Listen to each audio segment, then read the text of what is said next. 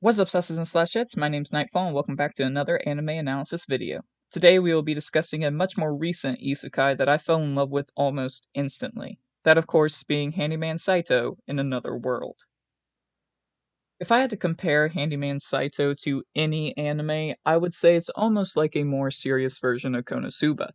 It gets serious at multiple points throughout the show, and the action and fight scenes are incredible, but it does a great job of also sprinkling in comedy wherever it can. It's a very hilarious watch, but it's not to the point where the comedy ruins the show. It does an amazing job at mixing the funny moments with serious ones, while also keeping them far enough apart that they don't overshadow the other. The show itself is an extremely well written piece with a great story and plot, and the characters are just as good.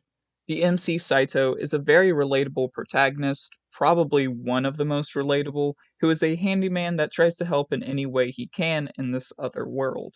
You have an understandably greedy moonlight fairy named La Fonpan, who is the party's support, and a strong warrior named Raelza, who will protect her party, usually Saitou, with her life, and both of them are amazing waifus in their own right. And finishing off their party is honestly probably the most broken character in their verse besides the king and this guy.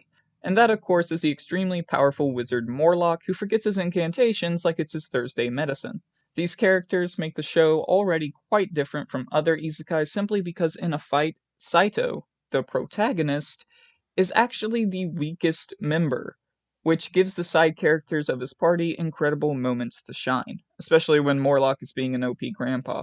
Speaking of side characters, we're not just shown his party, but several other adventurers as well, who are all so well written and have their own unique personalities that really any of them could be the main characters, and it wouldn't feel out of place at all. Notable characters are the King's Minister, and really just the King himself, Flannery, and Kisarugi, who I guess you could consider the main protagonist of the season, since when they conclude his story, there's only 4 episodes left.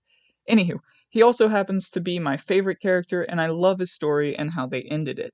From the characters with less screen time to the overall story of the anime, Handyman Saitou is one of the best written and well paced stories I've watched in a while. It is simply and truly a masterpiece. On top of the story and characters, another thing this isekai does super well is its world building.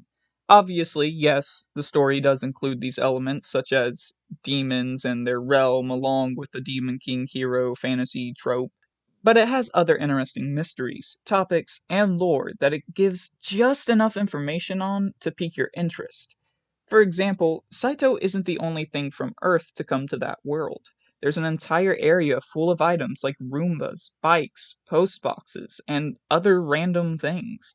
The show doesn't really say directly why or how these things got here, however, considering that magic is what brought Saitou, then we can assume, like Morlock did, that magic is what brought it there as well. Magic most likely cast by this guy, who we only see for a very short amount of time before he leaves to go to another world.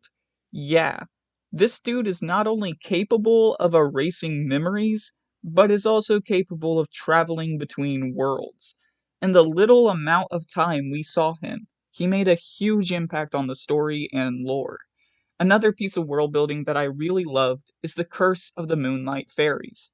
Remember how I said La Fonpan's greed was understandable? Well, that's because if they don't make offerings to the moon goddess, moonlight fairies will continually shrink.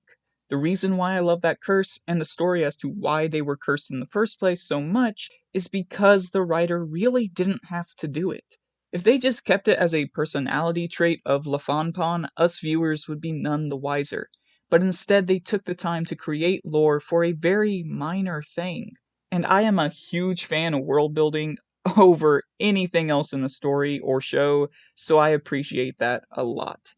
Whether it's comedy, action, lore, or simply just fun that you're after, Handyman Saitou in Another World has it all. And that is why I believe it is one of the greatest isekai. By the time of recording this, I have watched the show twice, and it's equally as good the second time around. I highly recommend you guys give it a shot because it quickly moved up the list of my favorite anime, and it deserves to be recognized for how good it is. With that out of the way, I hope you all enjoyed the video. If it's your birthday, happy birthday, and I will hopefully see you all soon. Goodbye.